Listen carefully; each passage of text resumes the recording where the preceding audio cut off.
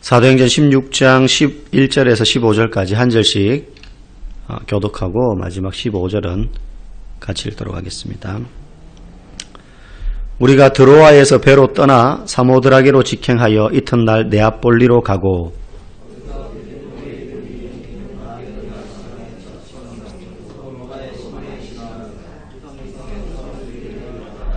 안식일에 우리가 기도할 곳이 있을까 하여 문 밖 강가에 나가 거기 앉아서 모인 여자들에게 말하는데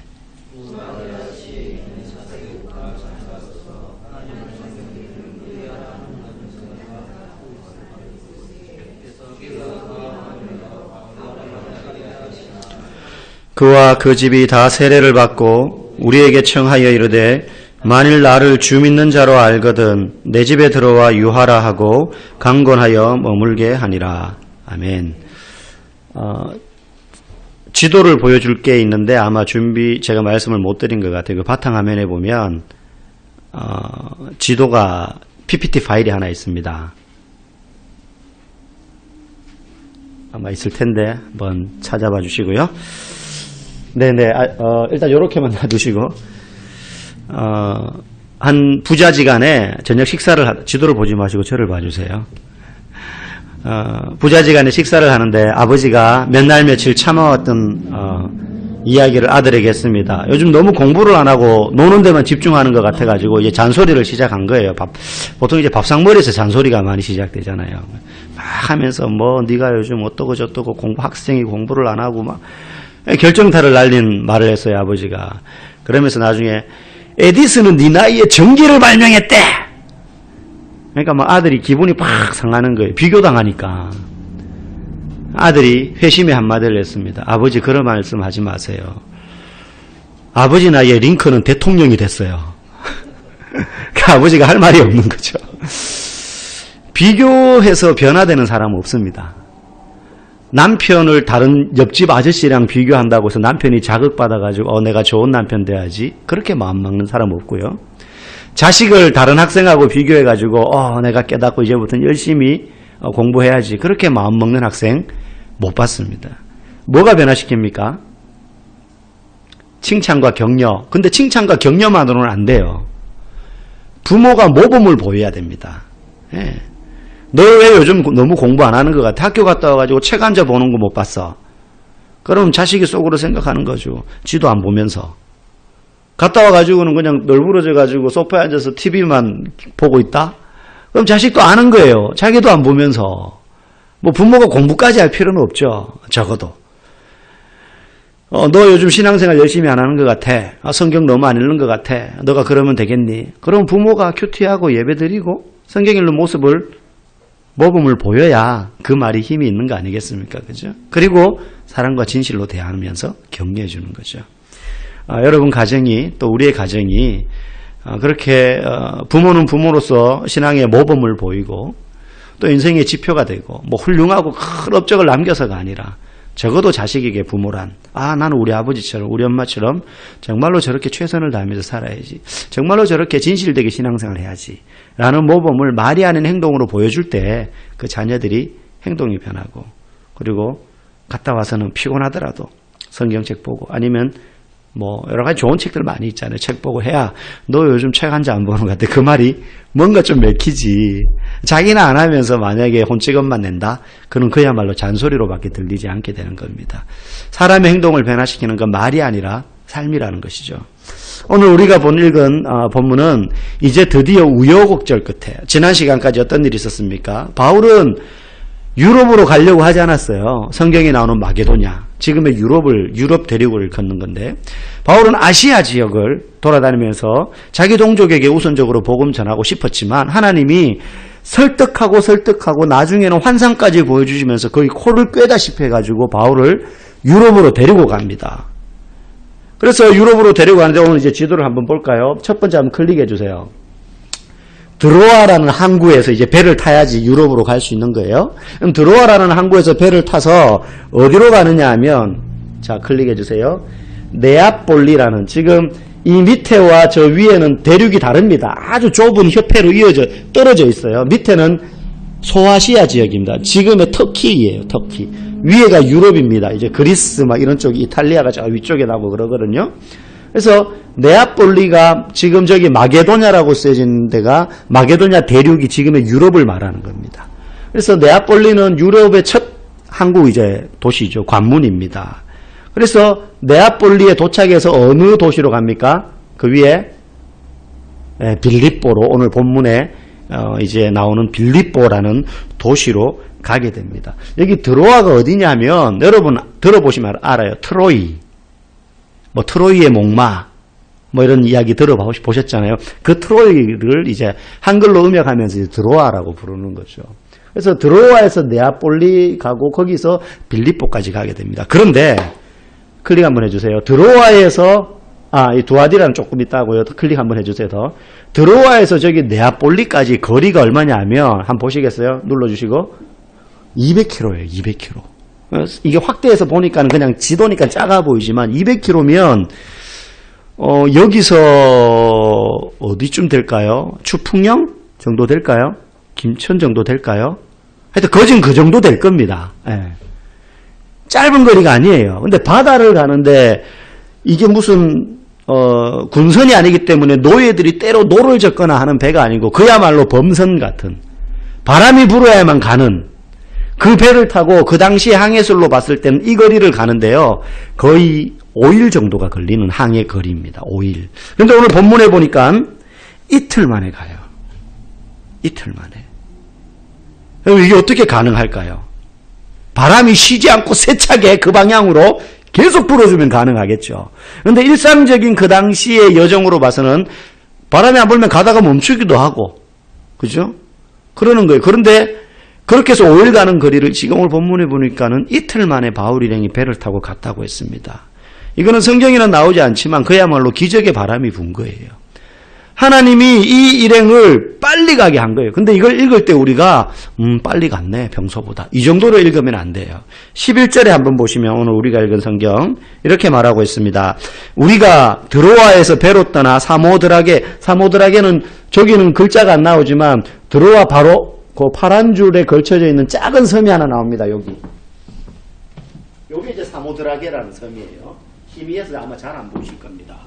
근데 사모드라게로 직행하여 이튿날 네아폴리, 그러니까 이틀 만에 갔다는 거죠. 네아폴리까지. 근데 여기서 사모드라게로 직행했다라는 말에 이 직행하다가 우리가 생각하는 직행버스 이런 게 아니에요.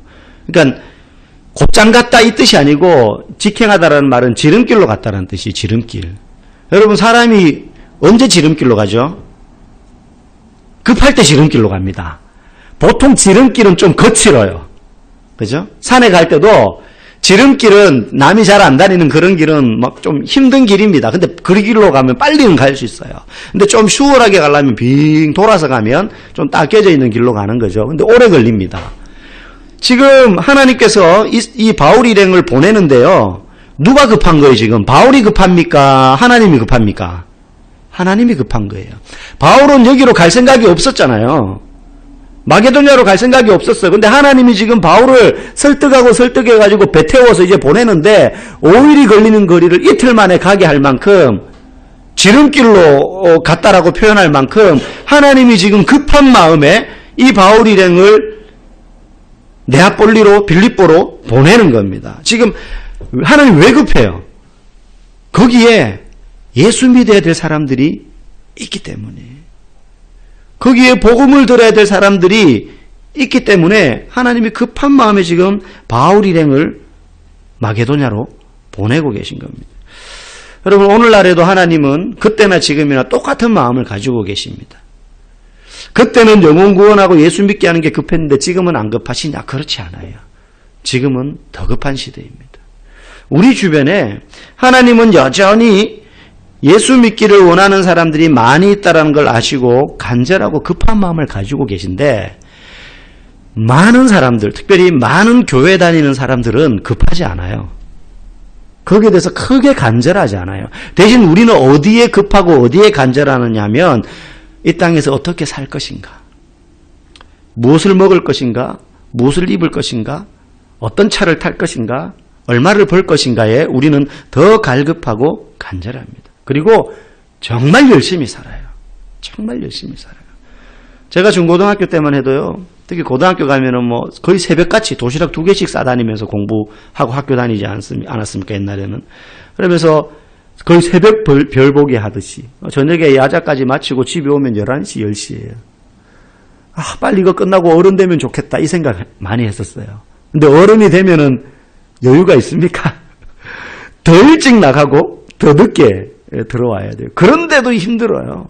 정말 열심히들 삽니다. 정말 열심히 살아요. 아마 뭐 목사가 새벽 예배 때문에 일찍 일어나지만 하루를 열심히 보내는 걸로 치자면 목사는 거기에 비할 때가 아니에요. 대부분의 성도들이 정말 열심히 삽니다. 그런데 여러분, 그 열심이 정확한 방향을 가리키고 있는 성실함이어야 합니다. 아무리 내가 활을 잘 쏘는 명사수면 뭐합니까? 표적에다가 안 쓰고 엉뚱한 데다가 나무에다가 꽂으면 꽝인 거예요.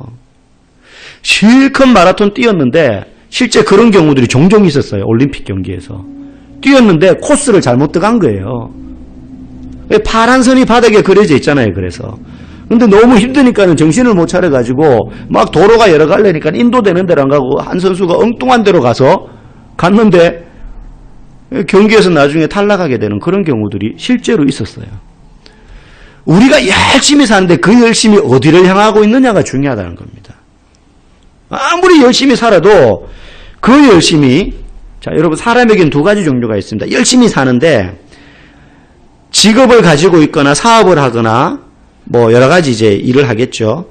일 자체에 의미를 두고 있는 사람과 다른 사람이 있어요. 일 자체에 의미를 두고 있는 사람은 어떤 사람이냐면 내가 이 일을 열심히 해서 이루고자 하는 목적이 있어요. 그 목적이 뭐냐? 대부분 돈을 잘 벌고 사회적인 지위가 올라가고 내가 원하는 이 땅에서의 삶의 어떤 목적, 더 좋은 집으로 이사가고 더 좋은 동네에서 살고 뭐 이런 것들이죠. 그러니까 일을 통해서 내가 그런 것들을 얻고자 하는데 가치를 두고 사는 사람은 자기의 존재 의미를 그 일에 둬요. 그렇게 되면 어떤 일이 생기느냐 하면 내가 열심히 해가지고 돈을 많이 벌면 내가 정말로 열심히 산 보람이 있고 나는 참 훌륭히 잘 살았어라고 생각을 해요. 그런데 그 정도에서 그치면 괜찮은데 그렇게 못 사는 사람을 보면서 무슨 생각을 하느냐 하면 열심히 안 살아서 그래요. 나만큼만 살아봐. 그러면서 그 사람들을 비판해요. 뭐 대놓고 들으라고 비판하지는 않죠. 근데 속으로 다 판단한다는 겁니다. 게으르고 나태하니까 그 정도밖에 못 살지. 나는 진짜 3시간, 4시간 자면서 10수년 이렇게 살아서 그나마 지금 이렇게 산 거야. 반대로, 반대가 될 수 있어요. 나보다 더 잘 사는 사람을 보면 무슨 생각이 들까요? 네, 자존감이 무너지는 거죠. 왜? 그 일에 가치를 두고 있으니까 자기의 존재 가치를. 대부분의 사람들이 이렇게 살아요. 그런데 또 다르게 사는 방법이 있습니다. 무슨 방법이냐면 이 일의 가치를 두는 것이 아니라 자신의 이 일을 통해서 하나님이 이루고자 하시는 목적의 가치를 두는 삶이 있어요. 이 두 개의 영역은 전혀 다릅니다. 똑같은 일을 하는데 후자의 목적을 두고 사는 사람이라면 저 사람이 나보다 더 많이 번다고 해가지고 그것 때문에 가슴 아플 이유가 없어요. 왜? 이 일을 통해서 내가 어떤 얼마만큼의 수입을 얻느냐 이 사람은 존재의 의미를 두지 않기 때문이에요. 내가 열심히 일해서 저 사람보다 잘 살았어요. 근데 내가 열심히 일해서 잘 사는 거에 가치를 두지 않기 때문에 그렇게 못 사는 사람에 대해서 하대하거나 업신여기지 않아요. 왜? 내가 열심히 일하는 목적은 이 일을 통해서 얻어지는 그 무엇에 내 의미를 두는 것이 아니라 이 일을 통해서 하나님을 위해서 어떻게 살 것인가의 목적을 두고 살기 때문에 내가 많이 벌든 적게 벌든 내가 막 지저분하고 땀 묻히고 먼지 구덩이 속에서 일을 하든 아니면 사무실에 앉아가지고 와이셔츠 입고 깨끗하게 사무 보면서 일을 하든 아무 상관이 없어요. 아무 상관이 없어요. 그래서 예수 믿는 사람은 직업도 소명이다라는 말을 할 때 후자와 같은 삶을 사는 사람이야말로 그 직업의 소명감을 가지고 일하는 사람이에요. 그런데 이 일을 통해서 내가 돈을 벌고 사회적인 지위가 올라가는데 가치를 두고 사는 사람은 직업이 소명이 될 수 없습니다. 그저 자기의 출세와 편안한 인생을 이루어가는 도구고 수단일 뿐이지. 그래서 여러분들이 현장에서 삶을 살 때 열심히 살지 말라는 뜻이 아닙니다. 열심히 살 때 그 열심이 제대로 된 목적지를 향해서 고정되어서 열심히 살아야지 그 인생이 의미가 있는 거예요. 그러지 않으면 내가 열심히 살아서 돈을 버는데 그러면 그 돈이 내게 되는 게 아니고 내가 돈의 것이 됩니다. 돈이 나를 소유한다니까요. 얼마만큼 벌면 만족합니까? 재벌들 만족합니까? 만족 안 하니까 계속해서 정경유착하면서 돈을 더 벌려고 그러잖아요. 만족을 못하는 거예요. 이재용이 돼도 만족 못하고 이건희가 돼도 만족 못하는 거예요. 오늘 바울을 오기 싫은데 억지로 이 마게도냐 유럽으로 데리고 가신 하나님.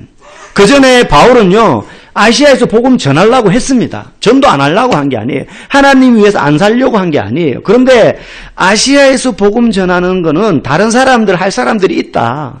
너는 여기서 민기적거릴 게 아니라 한 번도 예수님 이름을 들어보지도 못한 하나님이 누구신지도 모르는 저 유럽 사람들에게 복음을 너는 전해야 돼.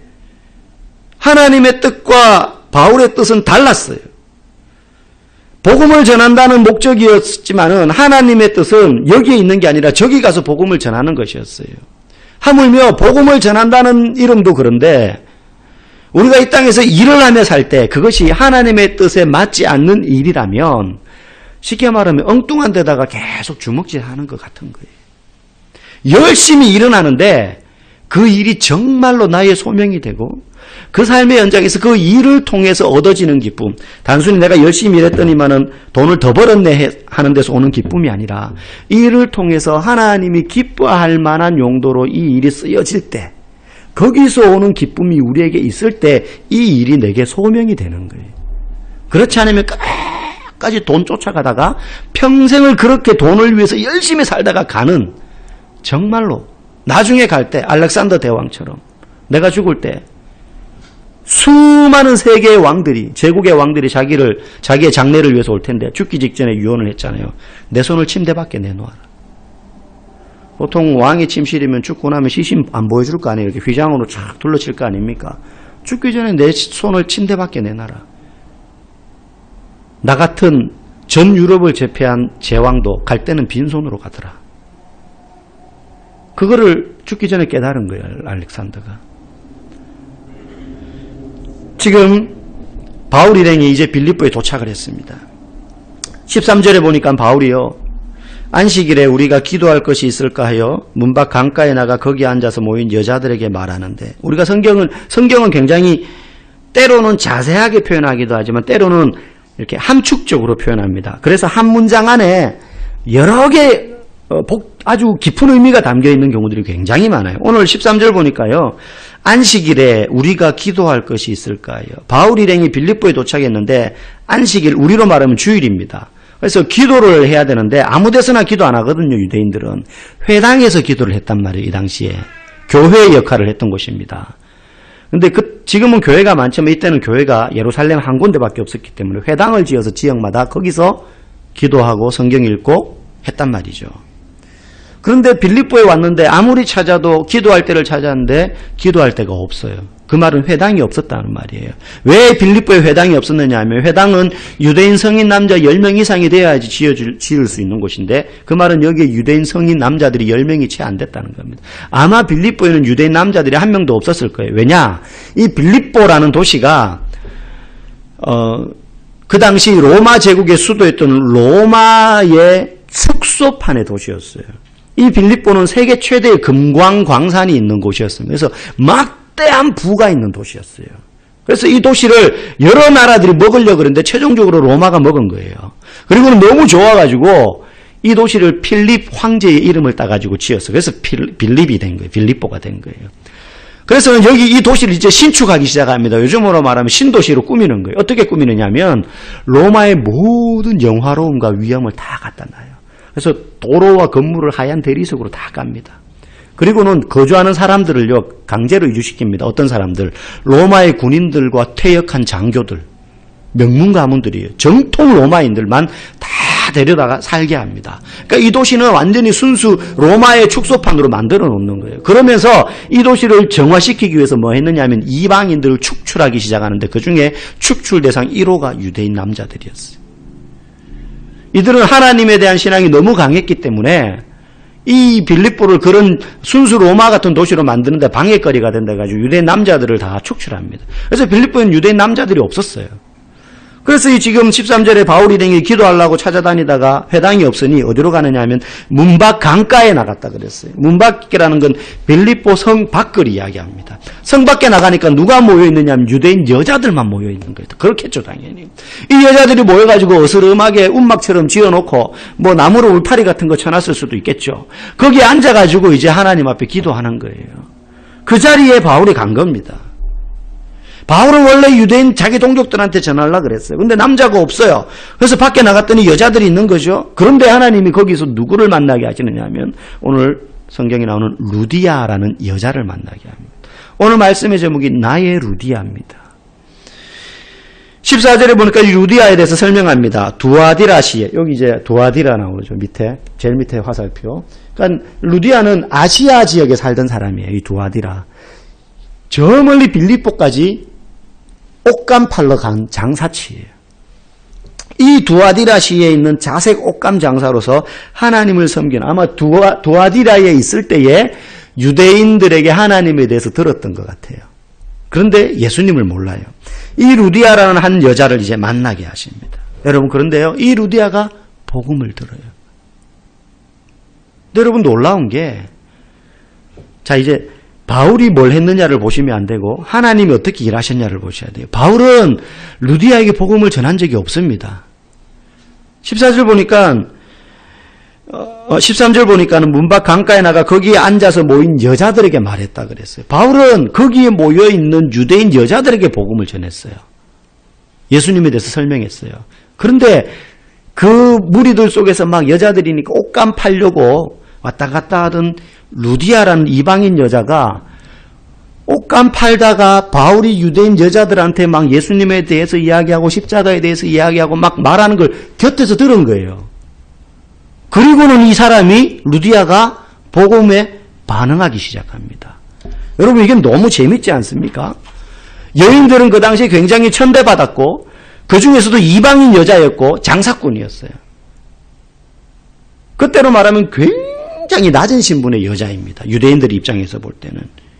여러분 정통 유대인 성인 남자들이 보통 바리새인 율법에 충실한 바리새인들이 하루에 기도할 때 3번 기도하는데 기도할 때마다 꼭 넣는 기도 제목이 있어요. 그게 뭐냐면 감사의 제목이에요.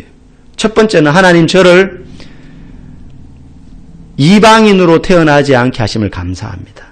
두 번째로 저를 노예로 태어나지 않게 하심을 감사합니다. 세 번째로 저를 여자로 태어나게 하지 않음을 감사합니다. 했어요. 그 당시에. 그런 문화였어요. 유대인들한테는. 근데 이 여자는 이방인이었고 여자였으며 장사꾼이었어요. 그런데 이 여자가 복음을 듣고 결국엔 이 여자를 통해서 루디아를 통해서 유럽 전체가 복음화되는 불씨가 됩니다. 불씨가 됩니다. 여러분 전할 사람이 없어서 바울이 지금 이 여자에게 복음을 전한 게 아닙니다. 바울은 이 여자에게 복음을 전할 생각이 추호도 없었습니다. 그나마 유대인 여자들한테 복음 전하고 있었는데 옆에서 듣다가 이 여자가 눈이 번쩍 뜨인 거예요. 여러분 복음을 전할 사람이 없어서 그 여자가 들은 게 아니고 들어야 될 사람이었기 때문에 들은 거예요. 하나님이 이 여인의 마음을 열어놓으셨다고 지금 오늘 본문은 이야기합니다. 주께서 그 마음을 열어. 주께서 그 마음을 열어. 우리 주변에도요. 복음을 들으려고 준비된 사람이 분명히 있습니다. 내가 그 사람에게 복음을 심지어 전하지 않았는데도 그 옆에서 듣다가 그 교회 어디야? 나 예전에 교회 다녔었는데 사실은. 그런 사람이 분명히 있다니까요. 그런데 거기에 관심 없고 우리의 눈이 여기에만 고정되어 있으면 그걸 못 봐요. 바울이요. 아시아에만 고정되어 있었어요. 아시아 땅에서만 나는 복음 전할래. 그러고 계속 피해 다녔어요. 하나님을. 근데 하나님이 지금 바울의 눈을 어디로 넓혔어요? 야 거기 말고 유럽을 봐. 유럽. 거기에 죽어가는 수많은 영혼들이 있어. 그리고 그 눈을 뜨게 하시니까는 보이는 거예요. 우리가 여기에만 관심을 가지고 먹고 사는 일에만 관심을 두고 산다면 오해하지 말기는 아까 앞에서 설명한 좀 열심히 살지 말라는 말이 아닌 겁니다. 여기에서만 관심이 있어서 살면 우리 주변에 이런 사람이 있다는 걸 몰라요. 엘리베이터 탈 때마다 가끔 보는 몇 호실에 사는지는 모르지만 그 아저씨 뭔가 복음을 전했으면 좋겠는데 인상이 항상 똥 씹은 표정이에요. 아파서 그런지 피곤해서 그런지 기분이 나쁜 건지. 그러니까 괜히 말 꺼냈다가 면박당할 것 같아. 아니면은 괜히 혹시 교회 다니세요? 저는 맑은샘 동산교회 다니는데요. 그 말했다가 약간 미친 사람 취급당할 것 같은 그런 기분이 들어서 말을 못 꺼내겠어요. 선뜻. 그럴 때 있지 않나요? 보통 남자들 대부분 어디서 많이 만나느냐 하면 저희 아파트는 그렇더라고요. 분리수거장에 가면 다 있어요. 분리수거 아내들이 이거는 해라. 퇴근하고 오면 딴 거는 안 해도 이거는 좀 해라. 그러니까 이제 남자들이 양심 있어요. 그거는 해주러 가요. 뭐 이렇게 음식물 쓰레기 또 뭐 재활용품 이렇게 들고 두루룩 나와요. 박스 담아가지고. 그러면 이제 남자들도 그 시간에 와가지고는 그거 버리고 바로 안 들어가고 거기 앉아서 담배 한 대씩 피는 거예요. 이제. 안에서는 못 피게 하니까. 거기서 다 가면 아예 그 꽁초 버리는 통도 거기 놓여 있더라고요. 그러니까. 그러면 그 통 주위로 모여듭니다. 아저씨들이. 서로 몰라요. 아무도. 아무 말도 한마디 안 하고 거기서 쓰레기 버리고 한 5분 동안 이제 피고 하늘 보고 휴대폰 만지고 그러고 있는 거예요. 저는 한 번씩 그거 볼 때마다 너무 불쌍해 보이는 거예요. 그럴 때 쓰레기 버리러 가면서 이렇게 한 두세 번 마주치면 안단 말이에요. 얼굴이. 적어도 우리 라인에 사시는 분이구나. 그럼 인사하고 몇 호 사세요? 몇 호 살아요? 저는 몇 호 살아요. 혹시 교회 나가세요? 아니요. 저는 뭐 맑은샘 동산교회 나가는데 한번 와보세요. 말할 수 있잖아요. 그죠? 근데 우리의 편견과 저 아저씨 인상 보니까는 무섭게 생겼어. 괜히 교회 얘기 꺼냈다가 망신당할 것 같아. 우리는 이런 여러 가지 계산들과 생각들이 머릿속에 막 팽팽팽팽 돕니다. 그 순간. 여러분, 오늘 하나님께서 바울을 빌립보까지 이끄시면서 지름길로 직행해서 보내신 것은요.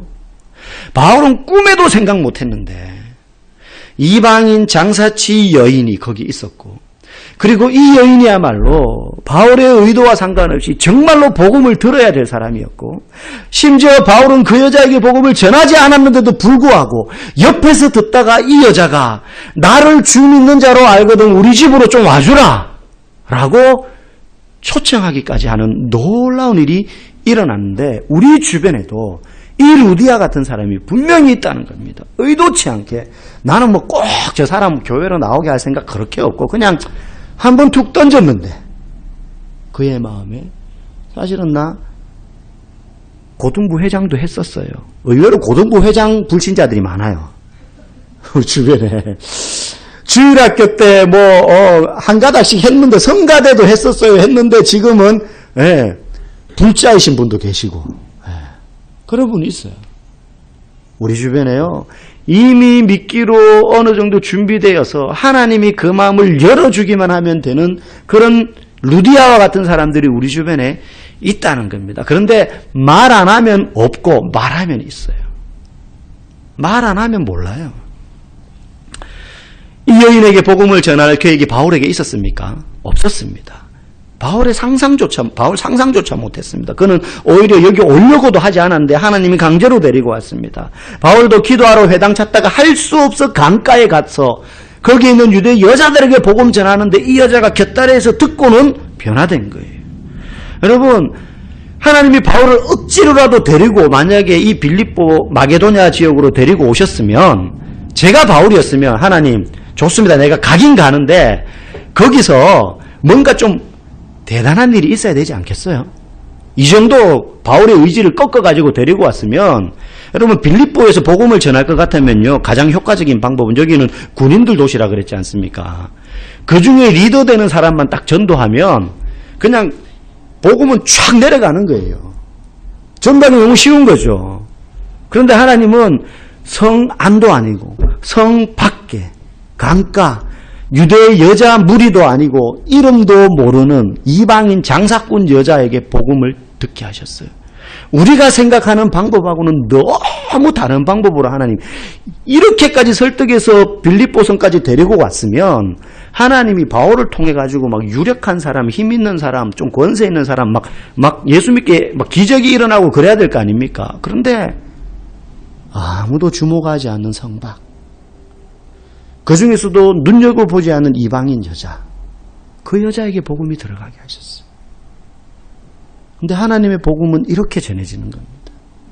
120년 전에 파란 눈의 선교사들이 조선이라는 이름도 들어보지 못한 땅에 몇 달을 거쳐서 배 타고 오다가 파선당하기도 하고, 그 배의 선상에서 아이를 낳았는데 내리자마자 3일 만에 풍토병으로 자기 자식을 잃어버리고, 그렇게 해서 복음을 전하러 조선 땅에 양화진에 발을 내디딘 선교사들이 효율적으로 복음을 전해야 될 것 같았으면 차라리 중국에 가고요, 서양 문물을 받아들인 일본에 가서 더 열심히 했었어야 돼요.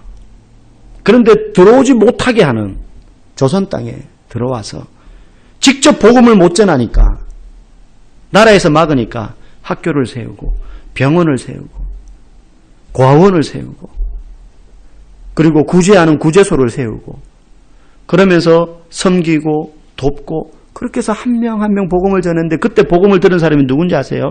양반들, 세도가들, 궁궐에 있는 사람들이 아니고요, 백정.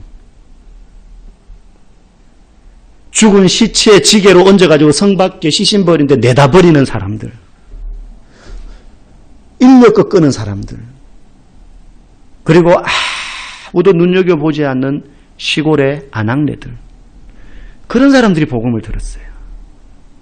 그리고 그 백정이 목사가 되고 의사가 되고 그렇게 됐어요. 박서양, 우리나라 최초의 한국인 의사, 백정 출신입니다. 여러분, 복음은 그렇게 전해지는 것이었어요. 어떻게 해요? 지금 이 루디아가요, 바울의 언변 때문이나 그 자신이 막 나 예수 믿고 싶어 이런 마음이 있었던 게 아니에요. 오늘 본문에 보니까 주께서 그 마음을 열어 바울의 말을 따르게 하셨다. 그래도 전도하려면 말도 잘하고 성격도 쾌활하고 성경도 많이 알아야지 하지, 저처럼 내성적이고 막 성경도 잘 모르고 예수 믿은 지도 얼마 안 된 사람은 못해요. 은사 있는 사람이나 하지 저 같은 사람은 못해요. 그렇게 따지면 제가 전도 제일 많이 해야 돼요. 근데 실제는 그렇지 않아요. 여러분들이 전도를 제일 잘하는 거예요.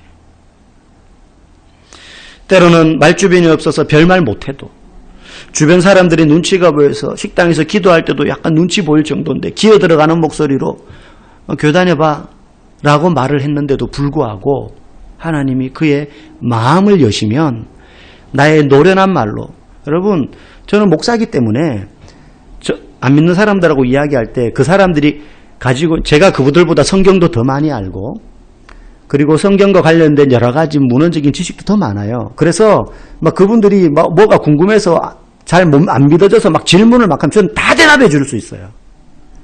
다 대답해 줄 수 있고 그분이 모르는 여러 가지 학문적인 학설까지 다 말해 줄 수 있어요. 부활이 왜 역사적인 사실일 수밖에 없는지 다 말해 줄 수 있어요. 그런데요, 제가 평생 살면서 그렇게 저의 설명을 들어가지고 목사님 말이 맞는 것 같군요, 다음 주부터 교회 나가겠습니다 한 사람 한 명도 없어요. 단 한 명도 그렇게 해서 예수 믿는 사람 없었어요. 말 잘하고 성경 많이 안다 그래가지고 전도 잘하는 거 아니라는 거예요.